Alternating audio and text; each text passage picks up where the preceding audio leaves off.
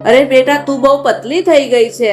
એક કામ કર, કાલે તું સાસરે જાય છે ને તો આ બધો શિયાળો પાક તું લઈ જજે, નતર તારી ભાભી છોકરા બધોય ખાઈ જશે.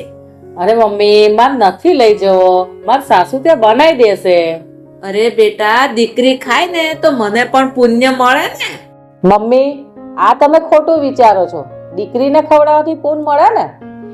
એમ જ તમે દીકરા કે વહુને ખવડાવશો ને તોય તમને એટલું જ પૂન મળશે. તમે જેવી રીતના મારી અને મારા છોકરાનું ધ્યાન રાખો છો ને, એવી જ રીતે ભાભી અને એના દીકરાનું ધ્યાન રાખો. અને તમે મારી ચિંતા ના કરશો. મારી ચિંતા કરવા વાળા મારા ઘરવાળા બેઠા છે. અને મમ્મી, તમને કઈ થશે ને તો હું તો બહુ જ દૂર રહું છું, એટલે હું તમારી સેવા કરવા નહીં આવવાની.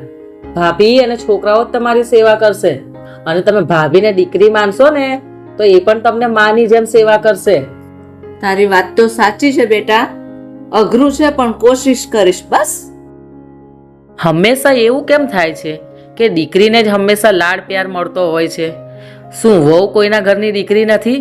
તો વહુને પણ તમે દીકરીની જેમ રાખતા શીખો.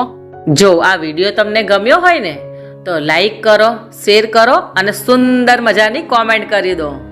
જય માતાજી.